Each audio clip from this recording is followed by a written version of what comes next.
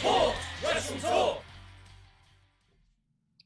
Mummy is always on top, and Mummy's got some deals. I am Cohen, D-A-D, and I'm joined by the Professor of the Truth, your Gem That Champion, but not for long, Dan Layton. And welcome to the WrestleTalk Podcast. Please do press the subscribe button, give us a little thumbs up, leave a comment down below to help us with the old algorithm and stuff if you're watching this video on demand. If you're watching live, join the live chat and let us know what you thought of this episode of Monday Night Raw. But if you want your statement read out on the air or any of your questions, WrestleTalk.com/support. We'll read out all of them above the $5 amount. Can I say immediately, she calls herself Mummy, and the idea of it is it's like, you know, Dominic Mysterio, puppy, mummy, all of that stuff.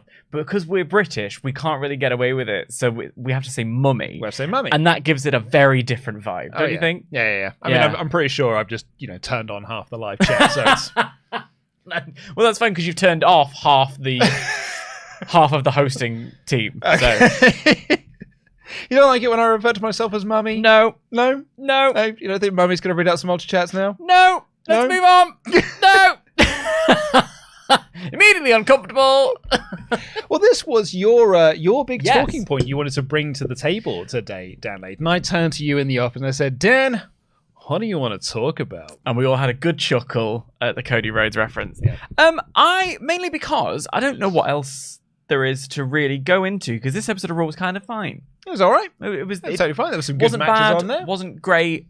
It just sort of was. And in terms of like actual things to write home about, the one thing that I kept coming to, the one thread, we talked about it with Collision yesterday, there was a thread through the whole show with the House of Black.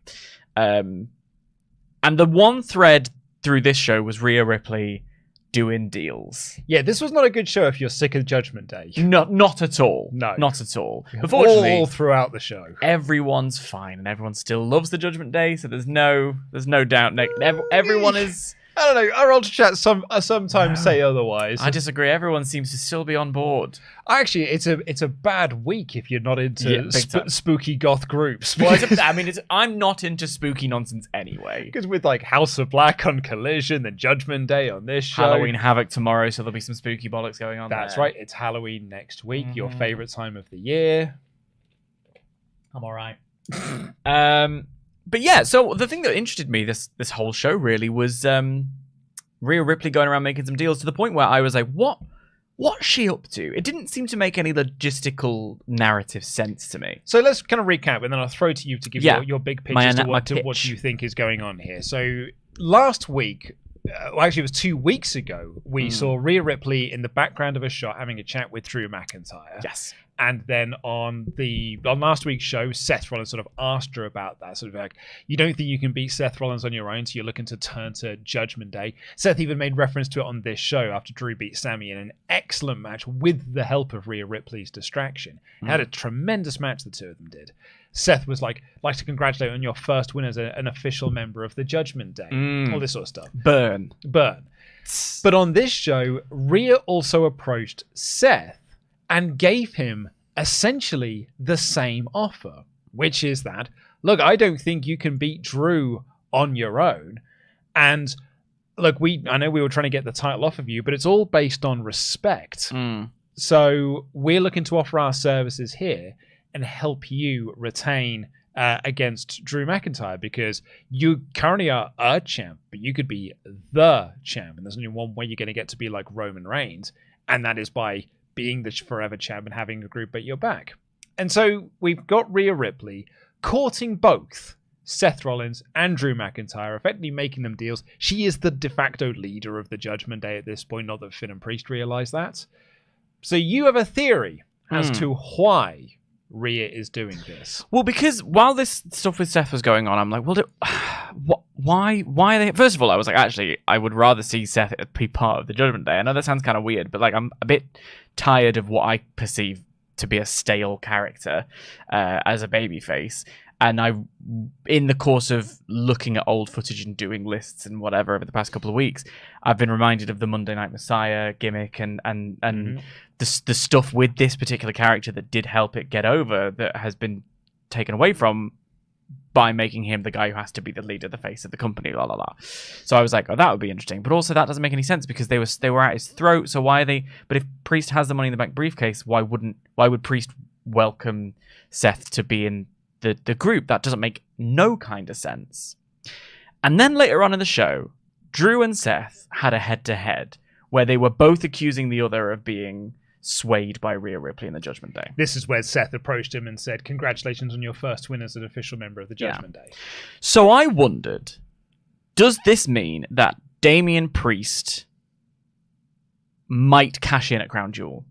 Does it mean that what she is essentially trying to do is get in the head of both Seth and Drew to the point where each of them are... Because if Drew doesn't win, what next for Seth as champ? Mm-hmm. And then what next for Drew? It feels like a weird moment, however, to change the title. I guess there's a narrative satisfaction in he won it in Saudi Arabia, he lost it in Saudi Arabia, if you wanted to talk about that at any stage. But I wondered whether or not she's trying to get in their head, to get them both distracted, to keep them both looking over their shoulder, both a little bit like, I don't really know if I can trust that you're going to have a fair fight. This whole thing has been about, I want you at 100%, but hang on, aren't you talking to Rhea Ripley? Well, are you talking to Rhea Ripley? La, la, la.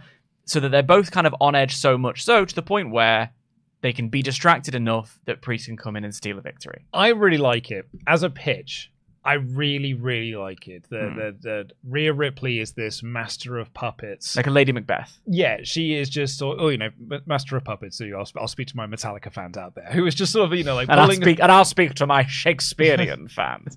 I only read a handful of Shakespeare plays. She's not even really Lady Macbeth, I'll be completely honest with you. No, but I read them all at school. Yeah. I have not done since. I did 12th Night, A Midsummer Night's Dream, mm-hmm.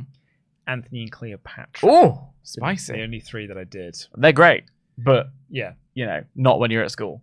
No, not particularly. I much prefer reading Lord of the Flies. Anyway. And you much prefer listening to Metallica, which is where we get the Master of the Puppets. Anyway, so she is a master of puppets here. She is pulling all of the strings, and she is... Because at Fastlane, when Damien really wanted to cash in, it was Rhea that stopped him and said, now is not the time. So what she's basically doing is, like, for the last 4 weeks, is creating the right time. She can pull these strings. I'm going to confuse Seth by thinking that we're aligned with Drew. I'm going to confuse Drew by thinking that we're aligned with Seth.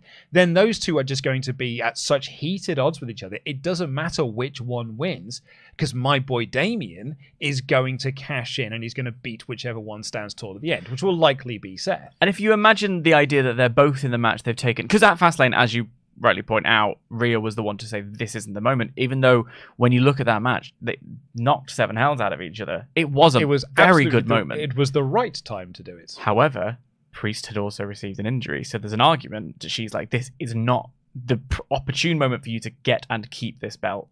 Now, they're on the high of having won the tag belts. Imagine, if you will, the tete-a-tete, they're having the little fight that's going on. They're really at each other's throats, and then suddenly Judgment Day's music hits. Triple H goes, what? And they're both like turning ready to be the one to be betrayed. Yeah. But they both get betrayed. And actually, this is the moment that Damian Priest sneaks in. And also, you could do it without, like, before the finish of a match. So you could then you don't have to pin Drew, or you don't have to pin Seth, or whichever way you want to go as a way to do it, to protect it. Also, and I'm looking at it from like a storyline perspective, and I think it makes complete sense, and I really like it as a pitch. If I'm looking at it from a WWE booking perspective, I'm now sort of looking at, they just announced a Cody Rhodes versus Damian Priest singles match. It's an odd choice. True. That's an odd choice, isn't it? Not really, if he's going to cash in and win at the end of the night.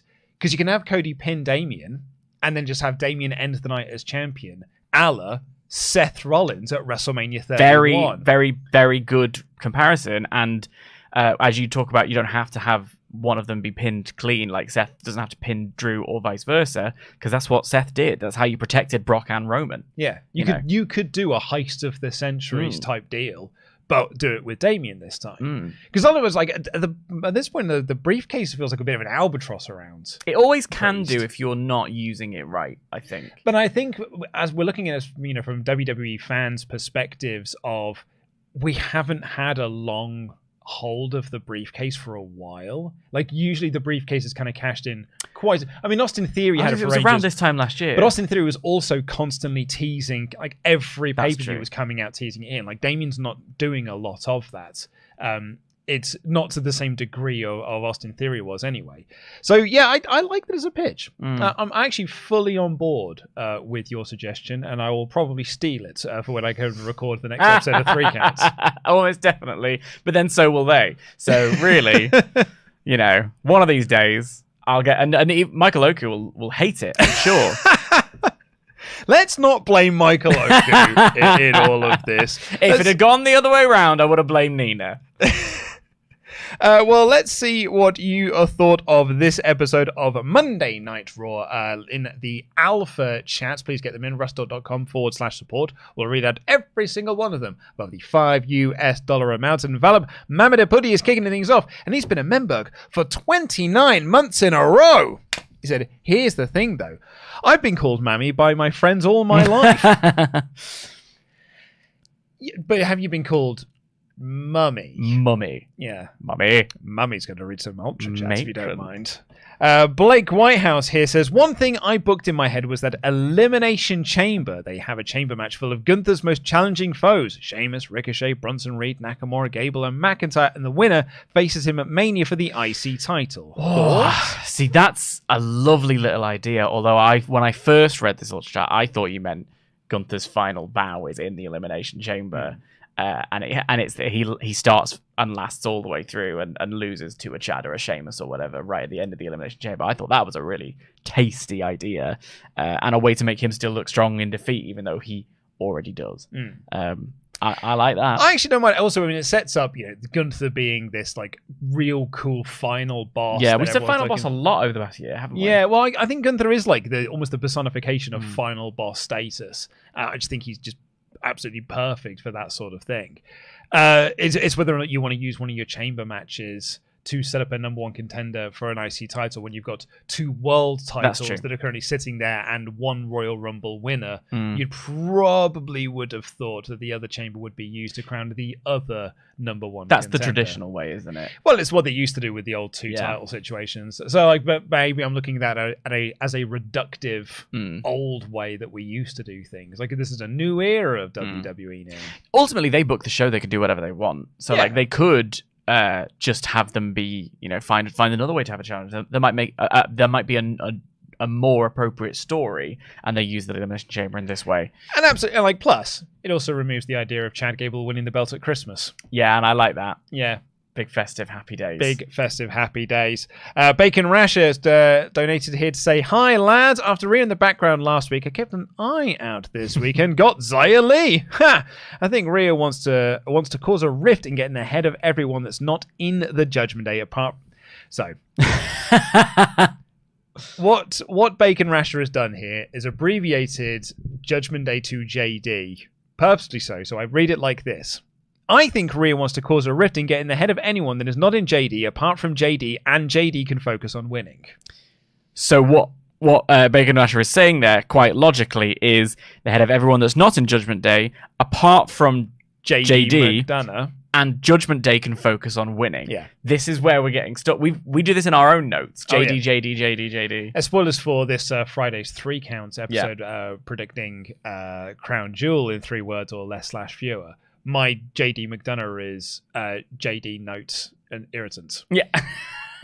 Yeah. And Bacon Rash also adds here, P.S. I'm annoyed that I'm going to miss Crown Jewel with you. Well, we will miss you, Bacon Rasher. There was a moment when I met Bacon Rasher at the Money in the Bank party we did. And, I met him at the bar and we just shook hands. He was like, hey, lovely to meet you. I said, yeah, it's nice to meet you. And then he sort of paused and he went, because he told me his name and his surname was Bacon. And then he sort of went, and I was like, Bacon Rasher, and he went, yeah, and I was like, oh, hello, yeah, and then I stole one of his, and then later on in the night, a barman came up to me to get a drink, even though he'd been there first. That's why you're the ultimate heel. I was about to say you're the babyface because you recognize people, and I have like facial and username blindness. But then you stole the spot at the bar. That is heel moves. I walked up to the bar and had not seen that Bacon Rasher had been there already. And the barman just approached me. I would say that's on the barman. because they should be across all of these things, not coming to the A-list celebrities first. Well, they didn't. Simply. Did you have the pub at All In trauma that I did? No, because I was in the press box. No. I mean the pub before All In. I was in the queue for about 40 minutes. So because myself and Mayor of Painesville Dan and Pete and a couple of others, we were there from like 10. So we'd got a table and we got to like just get our drinks in pretty early doors, and it was like, you know, quite easy to get to the bar and stuff. Yeah. And then after that, because I'd got like the first like couple of rounds in, everyone was just buying me drinks, because you get into like a round thing. So I only had to go to the bar once when it was about that lunchtime 1 o'clock, 2 o'clock rush. Yeah. And Rivens, it was busy then. It was very busy indeed. But like also there's the bar people, when it's that crush of people, they're an element of like, oh, look, who's next? I have sympathy for them on that one. Oh, but I have less sympathy for them because they also were just sort of looking at, I was looking at the 5 people behind the bar, and I was like, you were aware that 80,000 people were coming today, right? Yeah. Well, they sort of paused and were like, no. Well, that's the thing. I don't think it wasn't particularly well advertised around the local area. Put it that way. I saw it multiple times at London Bridge. No. As in, like, that it was happening, and that there were like normally when there are events at Wembley around the local area, they are like, there is an event these days. We can't sell this. We can't do that. Be prepared. Even in the buildings, they'll have like a notice being like, make different plans for this day because you won't be able to drive. You won't. None of that. So I wouldn't be surprised if the local businesses were like, oh, okay. It's really busy today. I guess people are coming to this event. And Chris here says, hi guys, am I the only one that feels uneasy with the Nikki Cross thing, as I hope it's to do with Albert and Isla rather than with Bray, Bo, Alexa, Braun and Rowan. The only ones that should do anything with it. And I mean, just moves like Sister Abigail, if at all. I didn't think for 1 second it was anything to do with Bray Wyatt. Or even Albert, Fire and Isla. Oh, I thought it was to do with that. Oh, really? You thought they'd also put a curse on her? Because this was just Nikki Cross. This is what Nikki Cross does. We'll save it for Nikki Cross, because I had thoughts. Okay. Well, let's get into the show itself. And we have Michael Cole back on commentary. Thank you very much, Mike, for being here. And JD opened the show, Judgment Day, that is. But it was just Finn and Priest. And it was opposite day, because Cody Rhodes came out to interrupt their promo instead. And you'll never blooming guess what happened here. They only got into a brawl and someone else ran down to even up the odds. Not a bit of a scrap. There was a little bit, yeah. I quite like Cody's whole thing here, just being like, guys, we all know that Rhea's the real leader of this group. And you're just as bad as Dom, or a little bunch of subs. And then he challenged Damian Priest, or Damian Priest challenged him to a match at Crown Jewel, which Cody Rhodes accepted. And the big spot at the end of this, because Jey Uso was the guy to run down and break up some of the fights or stop Dominic Mysterio getting involved, is that JD McDonough helped Damian Priest attack the ankle of Cody Rhodes, shattering the ankle, as we were later told in the show.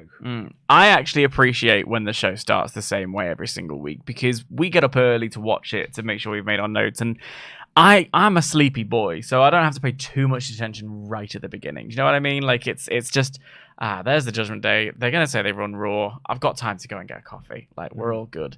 And then I was like, oh, I guess it is the start of a Saudi show, so Cody Rhodes has to have an injury. Like, well, yeah, it's Cody Rhodes going into a match. Got to have some adversity. You know? Otherwise, what story could he tell in a match? There you go. But yeah, it was like they shattered the ankle, like he was being helped backstage by Adam Pearce and Jey Uso, and yeah, they later on announced that it was, I think they said it was either shattered or broken. Hurty foot. You got a very hurty foot. Didn't stop him for that main event though. We had Alpha Academy versus New Day, and Akira Tozawa has officially joined the Alpha Academy. He came out wearing the gear. He did the thank you thing with them, and he was at ringside with them for this match. This was very good, like house show action. Yeah. Perfect opener for Monday Night Raw. Just 4 great lads getting in there doing some belting wrestling. Just fun all the way through. I really enjoyed the spot where Xavier Woods, copying what Otis did a backwards caterpillar, but because Chad Gable had blind tagged in, Chad Gable locked him in the ankle lock as he was doing the caterpillar. I thought that was a fun spot. Yeah, it was a really fun spot. But in the end, New Day just won clean. They were the better team on the day. Woods also had a new move that I quite liked. There was a sort of like, they had him on the shoulders, and then there was a lift and a twist and a slam, and it just, I don't know, it was something quite nice. I was like, oh, little fresh. This was a weird match for me, and I don't mean that necessarily in a bad way, because the action was really fun. I also wrote down that spot with the worm. It just was this thing of like, oh, that was a win, and then we've moved on. Like I don't know, it just felt like it just happened. House show is a great way of putting it. Also, if you are committing to pushing Chad as a single star elsewhere, and you don't want to lose the Academy shtick, you can do a lot worse than having Tozawa and Otis tag together under the tutelage of Chad Gable.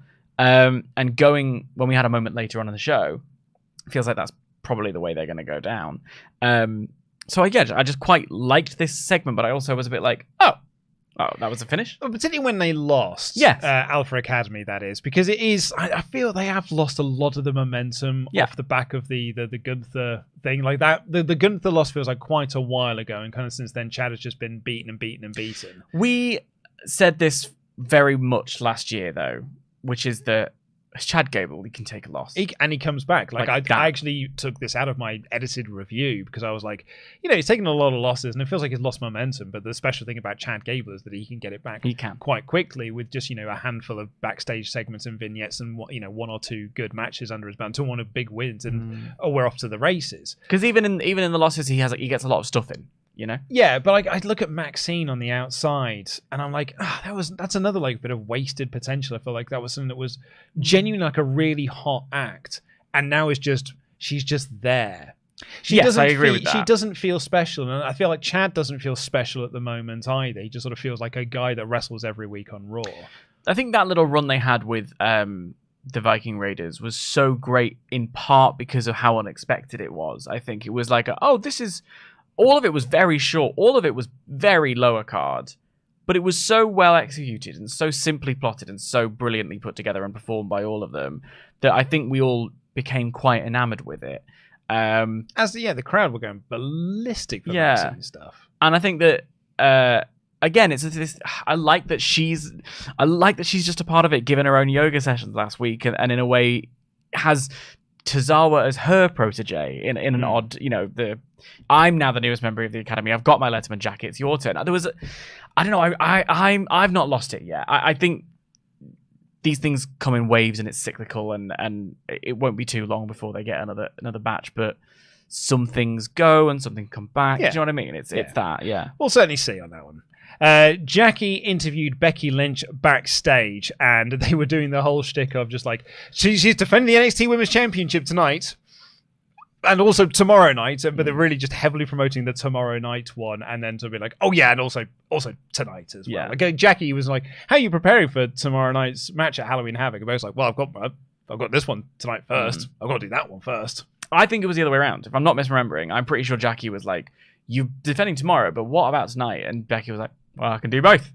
And it is that thing of like, huh. And then my thought more than any of that stuff was like, what? The set's right there. Why aren't you doing this on the set, which is literally feet to... Oh, there's Xia Li. I understand. It's supposed to have depth in the background. Fine. Yeah, Xia Li was stalking in the background, looking to get her shot at some point. We got a video promo for Ivar, which was very, very cool. I love this was stuff. Really, really cool. This is so my jam. Yeah. Anything vaguely Game of Thrones, anything Britannia, like all of that, Boudica, Beowulf, give it to me. Yeah, this was really, really cool. It was all like VO'd by Valhalla, and it sets up Ivar as this singles monster. Yeah, and it was cool, the idea that like it's because he'd proven himself as this like Viking warrior that she mentioned about having a blessing from Odin and the Thor kind of thing. There was like, it was this full ceremony to crown him. There was a literal crown on his head. I really liked it. We had the interaction with Seth and Rhea Ripley, where Rhea was offering the services of the Judgment Day as like a bit of insurance for Seth Rollins at Crown Jewel. And she mentioned Roman Reigns and the bloodline, and she's like, you're just a champion at the moment, but you could be the champion. And Seth was like, I don't want to be Roman Reigns, I'm going to be my own man and be da-da-da. And he's like, I don't want to be like Roman. And I got a bit of a pang and a bit of a worry. Oh, man, we've now got 2 general managers. They're setting up brand warfare. Survivor Series is coming up. We're not going to do a champion versus champion match, are we? Could do. So I hate 2 belts. And then I mentioned this in the edited review, and I was like, why is Luke so against the idea of Roman versus Seth? It's like, I'm not against the idea of Roman versus Seth. They've got loads of cool history that you can play off of. I've just got zero interest in watching the WWE champ go up against the World Heavyweight champ, in which like one of them is going to lose. It'll likely be Seth, and that doesn't help Seth in any iota whatsoever. Did you not like Daniel Bryan versus Brock Lesnar? Well, no, I didn't like it because it was WWE Champion versus Universal Champion. I just liked the match was great. But I don't think that it took away from Daniel Bryan as WWE Champion. That's not the point I'm making. I'm not interested in watching the 2 champions go against each other because one of them will have to lose. One of them has to lose. Like, and actually, it didn't really do much. Daniel Bryan literally won the belt like 5 days earlier, like 3 days earlier. And then the first thing he does is lose to another guy. I disagree with you. There's a very different speciality as well between Bryan Danielson and Brock Lesnar, and then watching Roman Reigns going up against Seth Rollins, who have just got way more of an interesting story to tell outside of I am the champion of my brand and you are the champion of your brand. That part I agree with, where it's like it is because it's the time of year they shoehorn it together, and it's not got, because the brand's separate, because of whatever, it's not got that kind of marquee feel of like what happens. It's not the Community Shield. Like, I guess nobody cares about the Community Shield, which is the Premier League champion versus the FA Cup champion. But I don't know. There was something. I used the Daniel Bryan Brock Lesnar match because I actually disagree with you that it was the first thing he did was lose. I think that's a misrepresentation of what happened, which was that he won the belt, was getting this new character over, and almost won. I feel like there was this moment of like, oh, it's really cementing Daniel Bryan's new character to lose in this way to Brock Lesnar. There was something about it that felt like, I don't know, right, and it was good and it was exciting, and it only worked because it was champion versus champion in that way. It only worked. Whatever.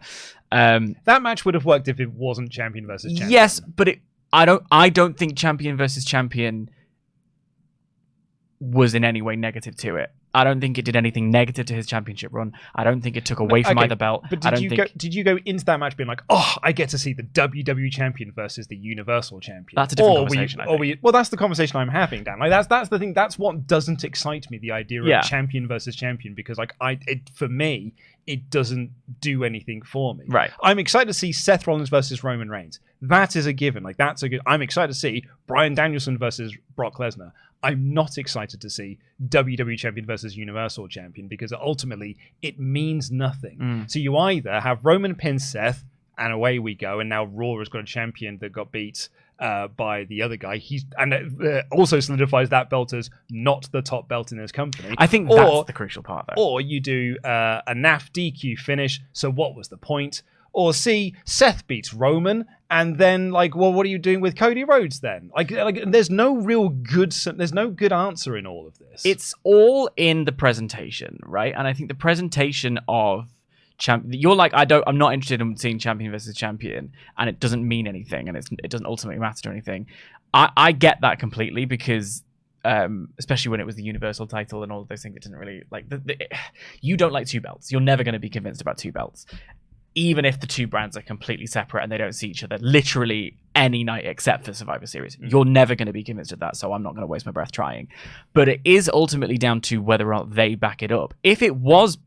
this is where I go back to they're in control of it. If they're in control of the story, they can make that feel like something special. In this moment, I agree with you. It doesn't. And that's a massive problem with this World Heavyweight title that doesn't feel like a World Heavyweight title. It feels like a secondary consolation prize that they made because there was that tug of war between Vince and Triple H. This was never the intent for this belt, let alone the World Heavyweight Championship. I don't think there was supposed to be one, personally. I think there was always supposed to be. I don't agree. I think that belt was supposed to be the one that replaces the current Big W, personally. That maybe has dampened a bit now they've got a giant concrete one outside, which means we are stuck with this design for a long time. But if they're going to build to that kind of thing, imagine that both... I'm asking you to do a lot of imagining, and I hate it because you're going to interrupt me and tell me off, but go with me. Imagine they're like genuinely two belts of an equal stature, and you have that moment, and then one of them loses. If you use that in a storyline, suddenly that champion versus champion does mean something. Mm-hmm. That's not what they're doing. I think that's where the frustration is. Whereas, like, I'm not going to complain about seeing Seth Rollins versus Roman Reigns. No, and neither would I. But I don't like brand warfare. Brand warfare means nothing. Like, if Raw wins... But it can mean something. I disagree with the notion that it will never mean anything. But I think you'd have to do so much legwork in a very short space for this of time. year, yes. For people to be excited to see Raw and SmackDown go head-to-head in direct competition. And if we haven't made that work for 20-plus years, I don't know why that would suddenly change now. Like, all I'm asking is put some stakes on the line. Right. Like... Because there was that year where, like, I was like the SmackDown, and this is the thing I'm about to say. There was that year where it was either Raw or SmackDown got a clean sweep, and I can't even remember which one it was because it doesn't matter. But Raw got a big clean sweep over SmackDown. What did it mean? Nothing. NXT beat Raw and SmackDown. What did it mean? Nothing. Because it doesn't mean, ultimately, it doesn't mean anything. And Roman beating Seth as the Universal Champion over the World Heavyweight Champion ultimately means nothing. So I'm not interested. I just got zero interest in the idea of a champion versus champion. So what you're saying is, without the build, you don't care.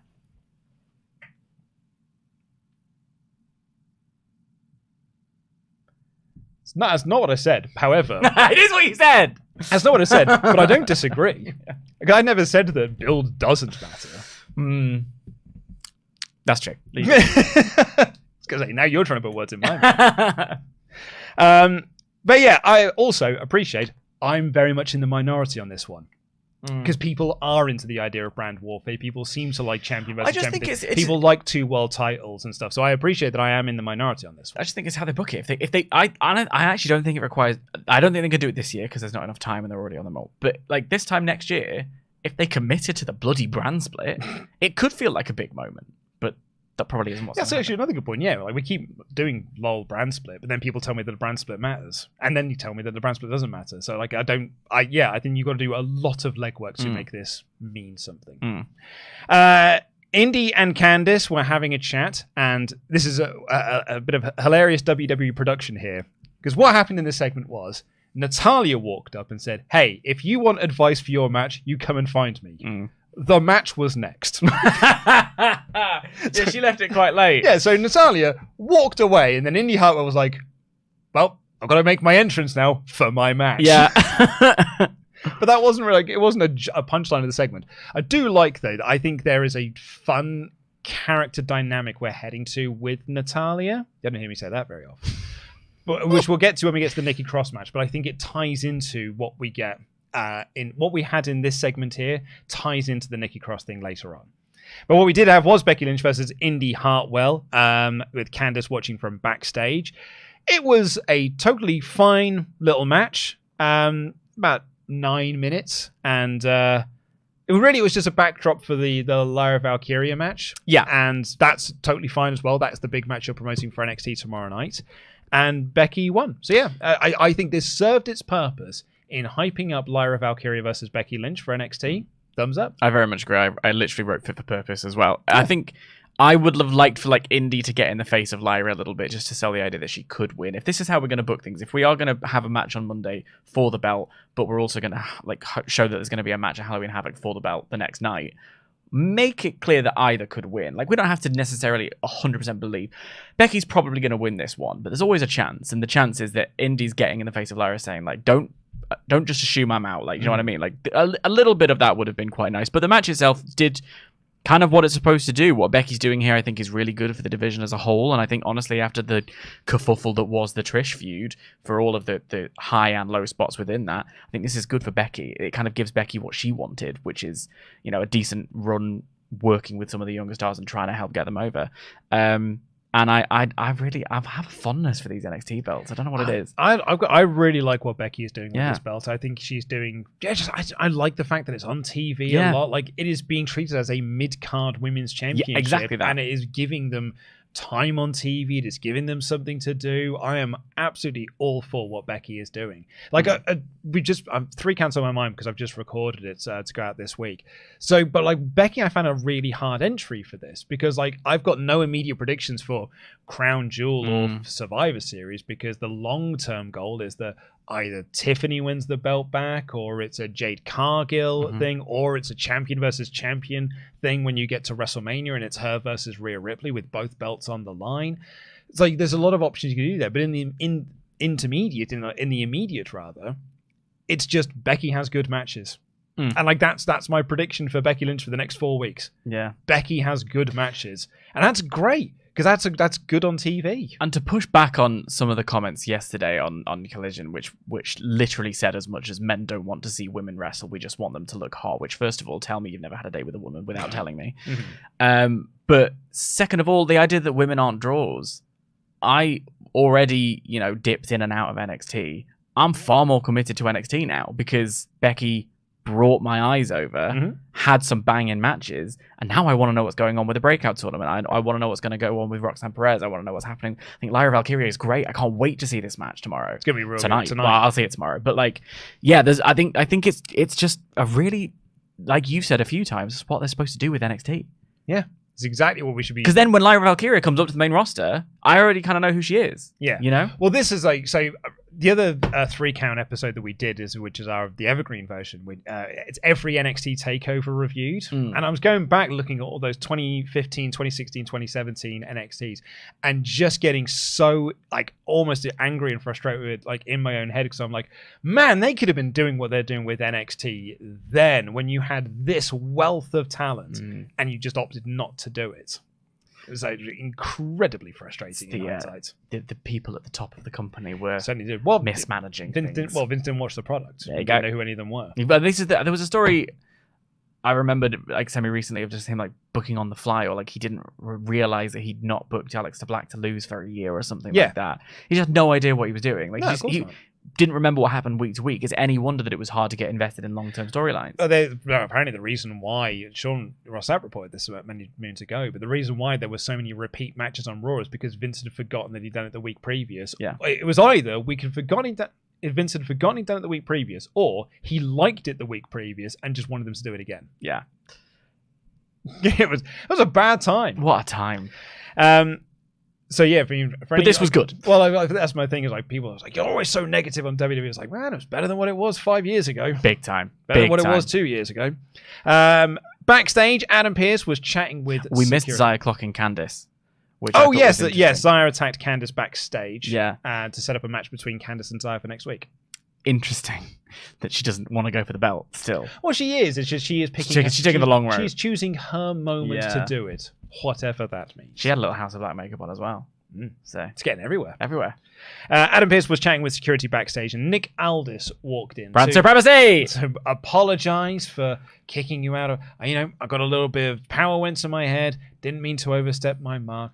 I just want a little bit of healthy competition. And Adam Pearce was begrudgingly accepting this sorry and said, you know what? Why don't you just hang around today? You can watch the show. Obviously, Nick Aldis had other ideas, and those ideas were, I'm going to go chat to your talent and try and recruit them across, because apparently, I was talking about this in the office today, I was like, oh, maybe they're going to do a brand split soon. And I was like, Ollie, we just did one. Yeah. Well, we did the draft we've done the draft every year. They just don't mean anything, and they don't commit to it. This is my No, but he means doing one after Survivor Series. And I was like, we literally just did one in April. Right. Yeah, but I'm saying it was recent, but it was within a week that it didn't matter. Oh yeah, that it just was it was a thing to pop a rating because you could search the word draft, like putting rated R in your search bars or whatever. But which is a theory. I know it's purely a theory. Also, it's edge. Whatever. I don't care. Anyway, but the idea of I do like a brand split. And this is what I'm talking about. How I don't think that it requires too much effort to make something like a Survivor Series feel special. All you have to do is commit to your idea, do a draft, keep them separate, and turn it into an internal dream match. Make it so that, oh, wait, I haven't seen this person in 2 years because they've been on SmackDown, and now suddenly they're on Raw. If you watch every single week, it was a different thing when you had your own... what's it called? You were your own competition because we didn't have AEW at the time and we didn't have whatever. It's a different world now. I just think commit to your ideas and then see what happens. I really like Nick Aldis in this role. I do too. I also love an authority figure. I just like knowing who's booking the match. Well, this is the thing. When they announced that Aldis was the new general manager of SmackDown, I was like, great. Yeah. Because now Adam Pearce suddenly has a defined job. He has a defined role. And just something we've been asking for like the last 2 years of like, what is Adam Pearce? Now and we who's know. booking the matches. He has a defined role. He is the Raw general manager. We have a SmackDown general manager. That's great. Yeah. And I don't mind a brand split either. No. I'd much rather be able to see everyone on every show, but that's just me. Mm. But I don't mind a brand split either. It's just like I don't. So you want to see Judgment Day on? I mean, you already do. I already do, Dan. That's Even fair. when they didn't have the belts, I saw them on SmackDown. I was going to do a comedy bit, and then I realized, oh wait, we get that as it is. Yeah. It's just I'm looking ahead to Survivor Series and being like, oh man, I see 5 red t-shirts and I see 5 blue t-shirts and not a single shit between to give. War Games. But that's what you want to do for War Games, is Raw versus SmackDown, as opposed to the Codyverse storyline we were building for 6 months. I don't want to do that for War Games. Don't you me. You just said War Games. Yeah, but I was doing a joke. What I want to see is what we've been building. Also, Adam Pearce is bad at his job because his great big plan for getting all 5 of these combustible components of the Women's Championship match to sign the contracts was to do it all at the same time, but individually. So like, hey, Nia Jax, you come out of the ring, sign this piece of paper, you go stand over there. Shayna Baszler, you come out, sign this paper, you go stand over there. What did you think was going to happen, Adam? Of course they all got into a brawl and beat up security. What did you think was going to happen, Mr. Pearce? Well, because he's the general manager now. He's had a promotion for the exact same job, so he's able to control them, you know? I enjoyed this segment. That was I did too. This was really cool. Very much. Because it was like Adam Pearce, brought them out individually and they signed the paper and they sort of went standing there at individual corners. Rhea Ripley walks down. She was supposed to sign hers later in the night. So Adam Pearce didn't want her getting involved in this segment. But she came down anyway because she is mummy and she is always on top. And she cut this really good promo about this conspiracy to try and get the belt off her by putting her in a fatal 5-way match. The odds are stacked against me, this, that, and the other. And I loved the line of like, but here's your big plan. You're going to have 4 less women in your division after Crown Jewel. It's a great, great line. And Nia Jax was then really, really great. Wow. I liked Nia in this segment. Clip that out. I thought Nia was great in this segment. Hey, you'll find no one has praised Nia Jax more than the WrestleTalk podcast over the last few years. But like, I thought she was really good in this segment. I thought she showed a lot of character, a lot of personality, and was quite entertaining. The crowd didn't buy it, and the crowd didn't believe it. But I thought she was really quite good in this. Particularly because, she goes to Shayna Baszler and it's like, you're a smart person. So you know what Rhea Ripley's saying. Yeah, you've got history. You went to Zoe Stark. It's like, you're a smart-ish person. It's like, this and that. And she goes to Raquel Rodriguez, like, you're from Texas. So let me dumb it down for you and just repeat the same thing. I thought she was genuinely quite fun and entertaining in this. But the segment is also designed to let you know that the focus of this story, despite the fact there are 5 of them, it's Rhea versus Nia. So I'd imagine the finish is going to be Rhea pinning Nia. Probably. Quite possibly. Or Rhea pinning one of the other 3 who matter less, so that we can do that again. Perhaps in Survivor Series in a singles. I don't know. But by that point, it's going to be whoever the SmackDown champion is. Or Belair. Or Belair. That's true. Or Charlotte. It could be anybody. Could be Asuka. Probably though. Probably Charlotte. No, I liked this too. I thought Nia did really well. The let them fight chant, which was quite possibly ironic. But hey, take what you can get, and if they were to use that to build their energy a little bit, I thought Raquel did a really good job in this, just sort of being a presence and then being like, I just wish her right hand had connected just a little bit more, because it was a cool moment to have Nia in her face. I agree, I was enjoying what Nia was doing, and then have Raquel just go, oh, shut up, and knock her out and then start a brawl. I literally wrote, I suppose that means this was effective because I wanted to see Nia get it. And I do think the let them fight chant possibly was a little bit ironic. But look, if that's going to help you double down and get this stuff over, then crack on. We backstage had Kaiser yelling at Vinci about taking out Gargano tonight. And Bronson Reed walked up to be like, hey, I had fun wrestling your boss last week. I'd really like to do it again if you don't mind. And Kaiser was like, he's not my boss. And then Tozawa walked in demanding a match against Bronson Reed because he's the power of the Academy has almost got to him. It's got straight to his head. So he challenged Bronson Reed to a match. And afterwards, Maxine ran in to be like, whoa, let's not that match. Don't book that match. Don't get so excited. I enjoyed this. I thought it was quite fun. I didn't get the Imperium stuff, but I enjoyed this part. Johnny Gargano took on Giovanni Vinci and beat him quite quickly in a match that was more promo for Five Nights at Freddy's. I was going to say, it's at this point that I must ask you, do you have what it takes to survive Five Nights at Freddy's? Because I'm not sure after this show, I'm not sure I do. Yeah, this was... Do you remember Renfield? Do you remember that? They did the Renfield promo. The second this match started, it cut to a promo for Five Nights at Freddy's. So really, this match was background. Yeah. And it didn't last very long. Gargano won when Tommaso Ciampa ran down to stop Kaiser interfering. Was what it was. Vinci took the one final beat squarely on his head. I thought it looked great, and Gargano needed at least a victory. It was a match. And then Nakamura cut a video promo saying that he is looking for his next opponent, and he wants his next opponent to set me free. Finally, so I've done this a couple of times. I did this on the news. What I discovered is that everyone's really young and no one remembers that song. I got you covered, mate. Thank you. Yeah, you can rely on me to know a 90s dance track. Because that is Only love set you free. Such a tune as well. Oh my god, they did a Only love set me free. They did a paso doble. Yeah. Oh, on Strictly, they did a paso doble to Faithless's Insomnia. And my girlfriend, all of Gen Z, is watching it and I'm in the background having a go. It was so good. Who do you think will be Nakamura's opponents to set him free? Yeah. Well, my initial thought was Gunther. What else you do with Nakamura? Gunther's there. Bronson Reed. Look, I make this joke on the 3 counts that's coming out this weekend, but Seth Rollins makes mid-carders. He really does. You feud with Seth, and then you go straight back to the mid-card with you, and you're just square in a mid-card slot. Well, that's possibly because he's holding the mid-card belt. If we're honest. Bloody hell. Crikey. If we're honest. Compared to the Intercontinental belt, that's your main event. Yeah. Is it not? We then got a segment that... So, reportedly, Sean Ross Sapp has said that he has spoken to people within WWE who have said, yes, the boos are piped in. Right. There are boos in the building, but we pipe in more boos, and we also turn down his microphone to make everything sound louder. And I find this incredibly frustrating because the boos are loud. Yes. You don't need to do this.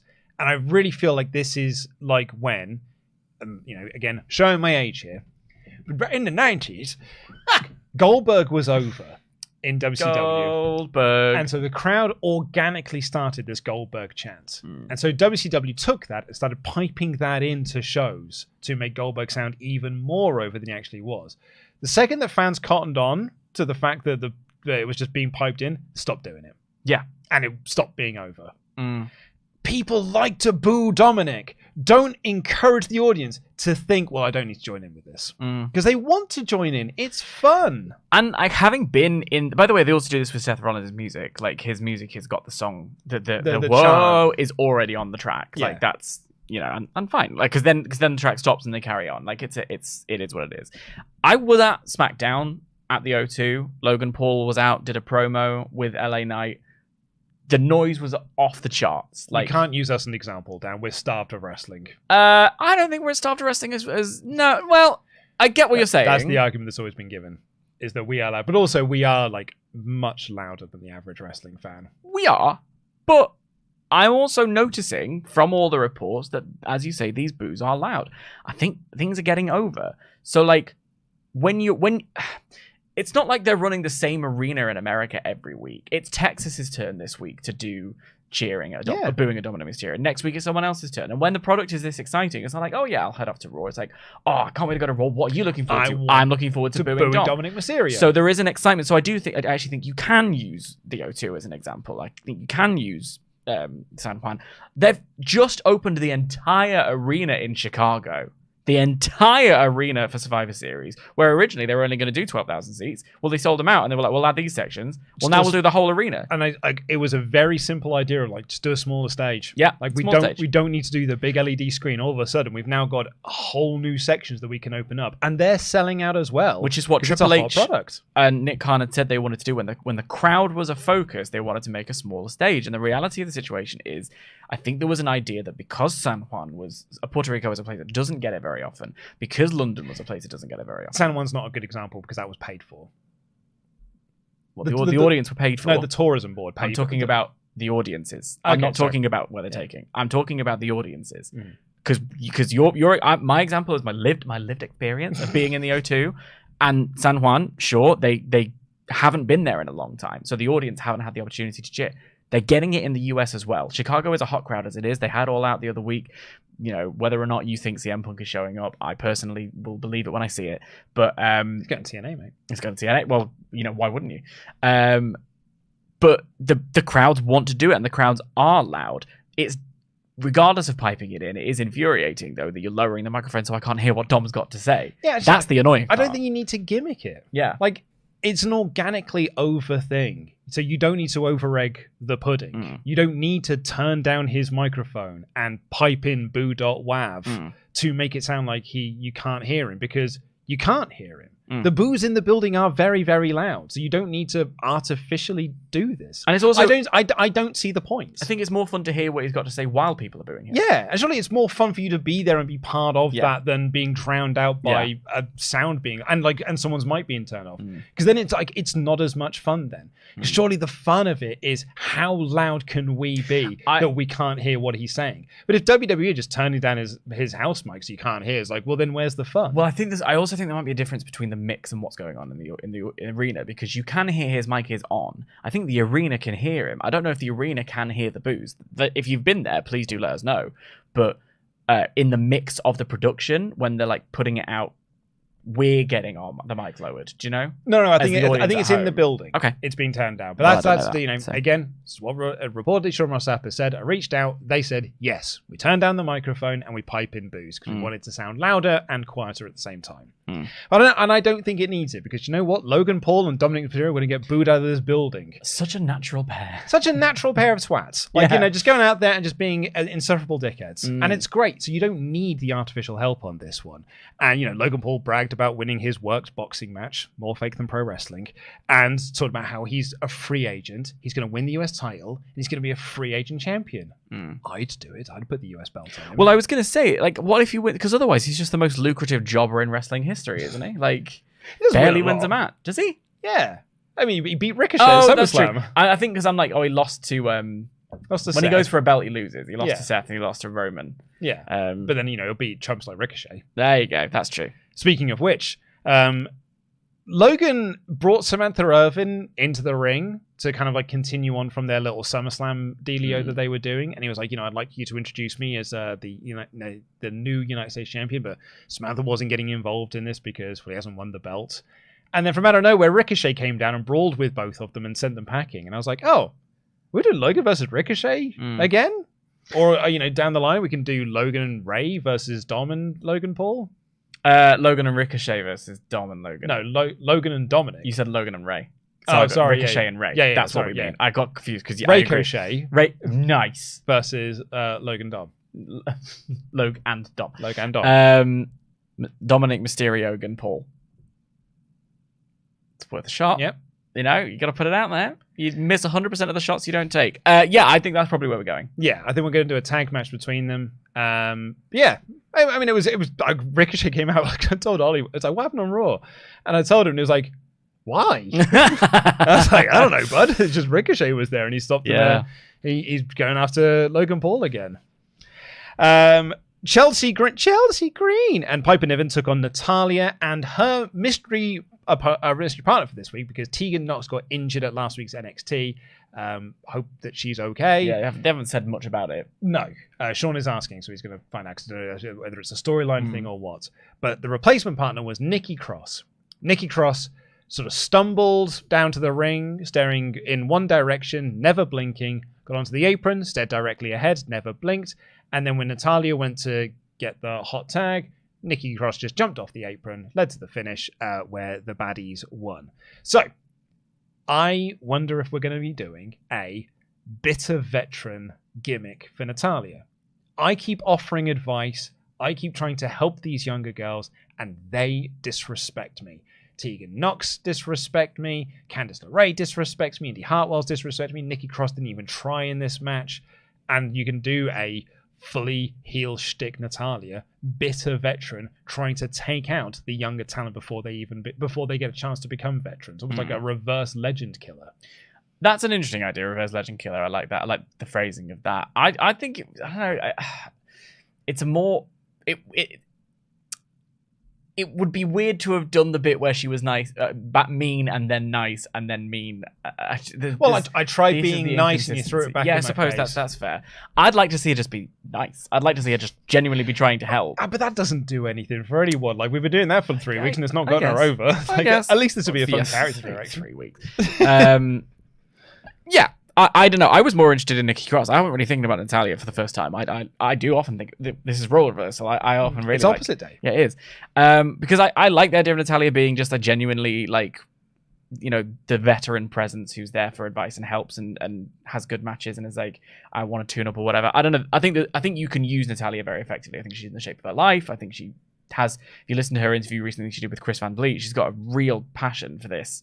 That she's more in love with it now than she was a couple of years ago as well. She's feeling really good, so use her properly, and that'd be quite fun. Nikki Cross then staring like a SmackDown vs Raw 2010 PS2 character when you fight him, The Undertaker, and he infects all your opponents and all that stuff. It's very spooky. Well, like a AEW Fight Forever model, or that, yeah.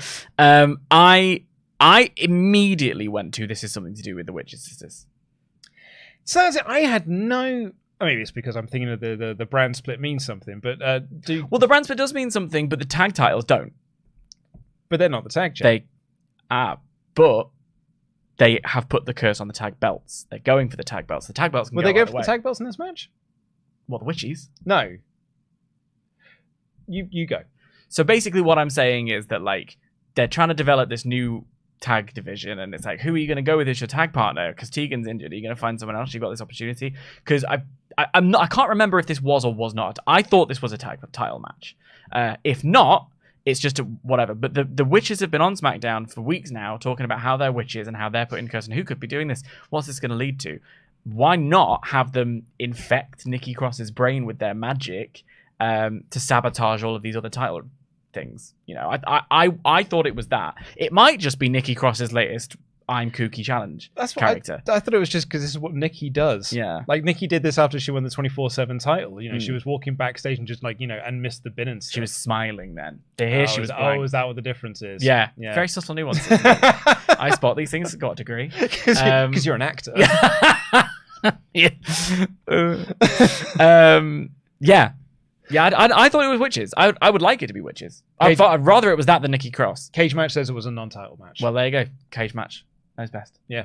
I missed that completely. Yeah. But either way, I do think it would be more interesting for the witches to be getting in everyone else's business as well as the belts. Yeah, you know? I agree. But I like that idea.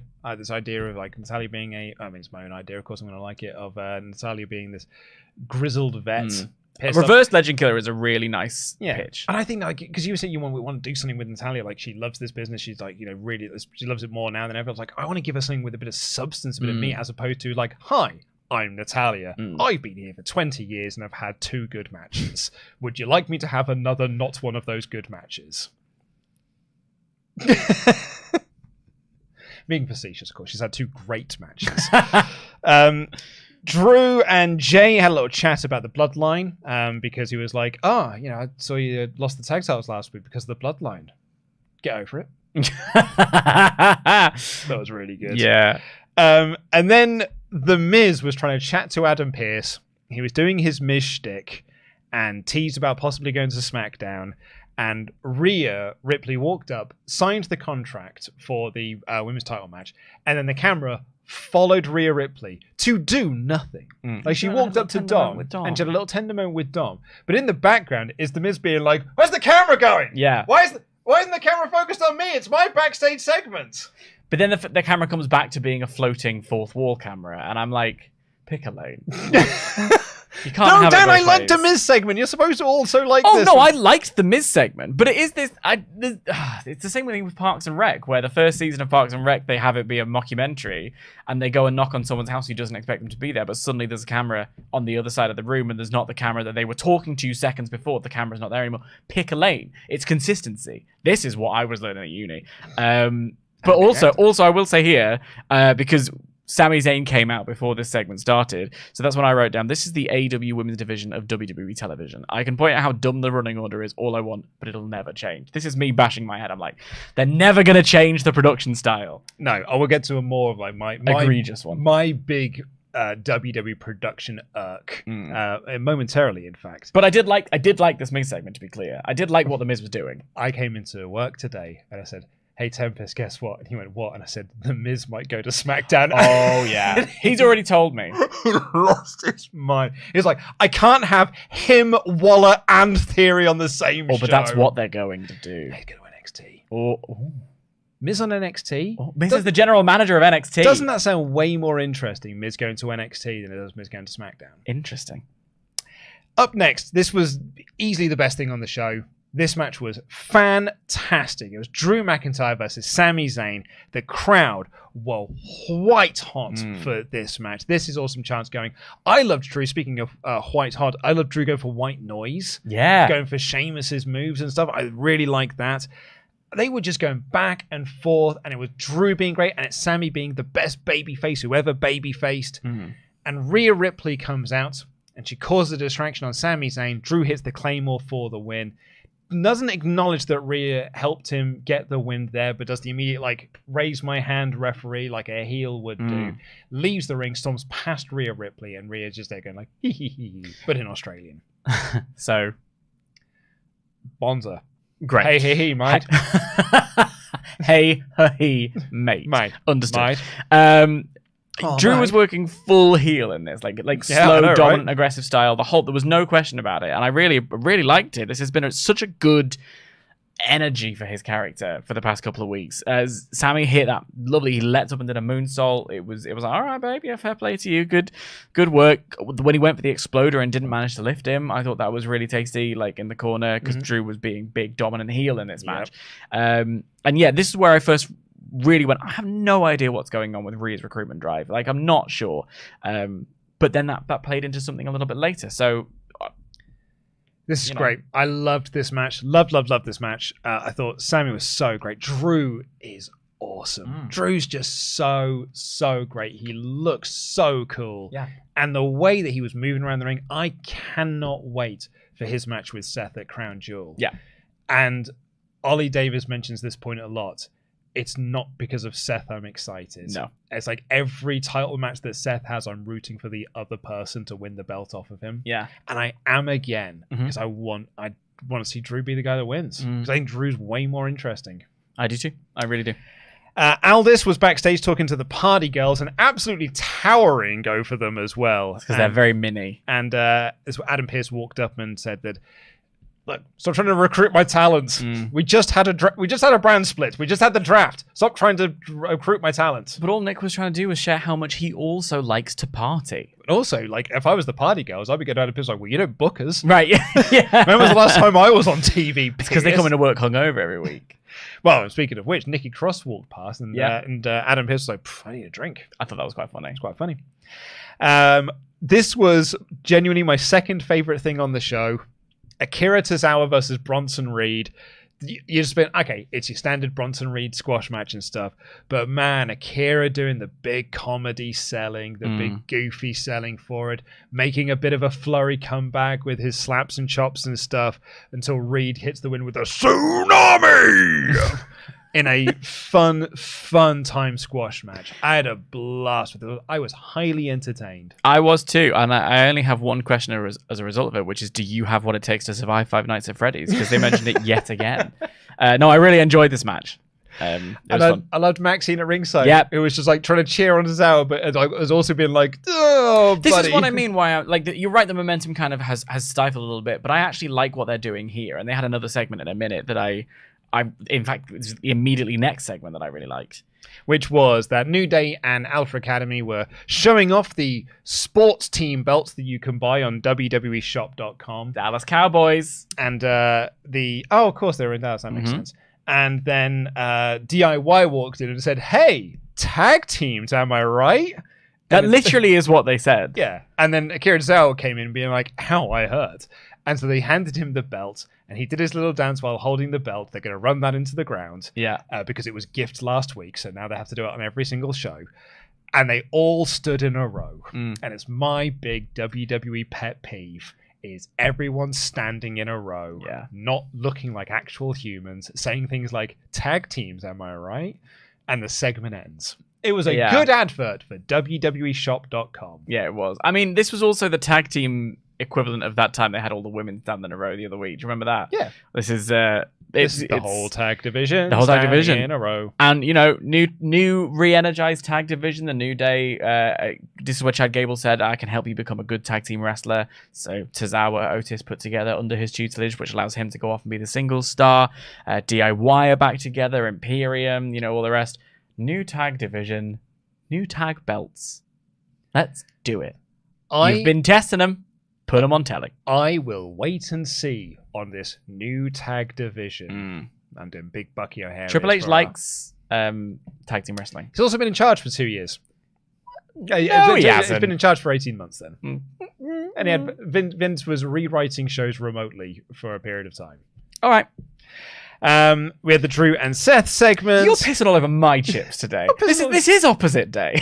Normally it's my go to be a little windbag. I hope you're right. Dan, I want to be wrong. I like to be wrong on things like this. I'd like to have a nice, good tag division. It's just that I'll believe it when I see it. Well, we'll see next week with DIY versus Imperium, which I'm sure will be. I'm sure we'll go 4 minutes. And ask the question, can you survive?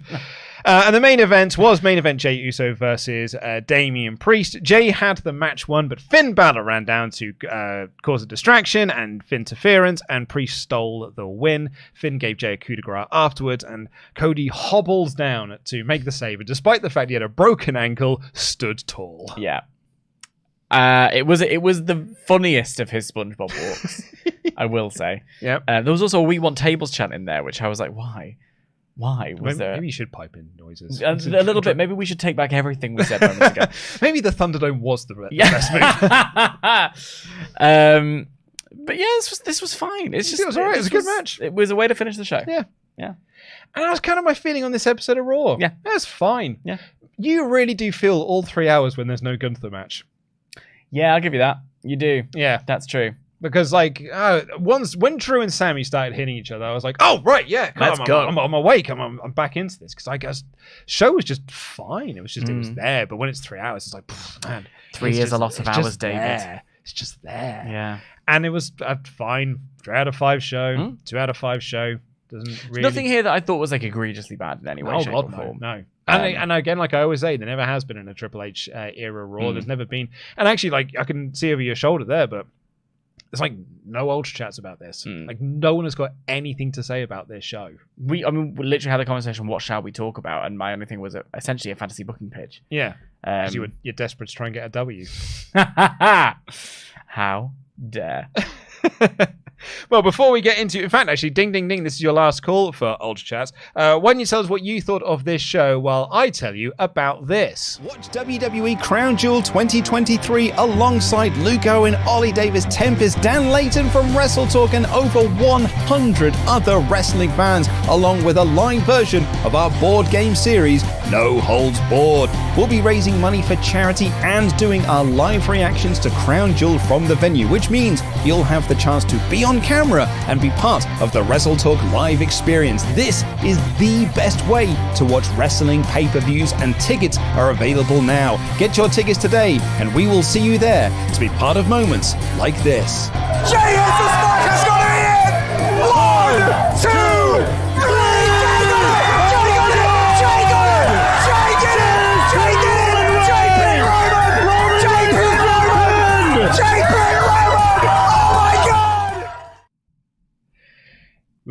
we were watching that and being like, there's some of my favorite things in that. There's the Aladdin Hawaiian shirt at the front who doesn't count the 3 because he still doesn't believe it's going to happen. That, my friends, is wrestling magic. That is why wrestling is the absolute gosh darn best. And that's why watching wrestling pay-per-views with us is the gosh darn best.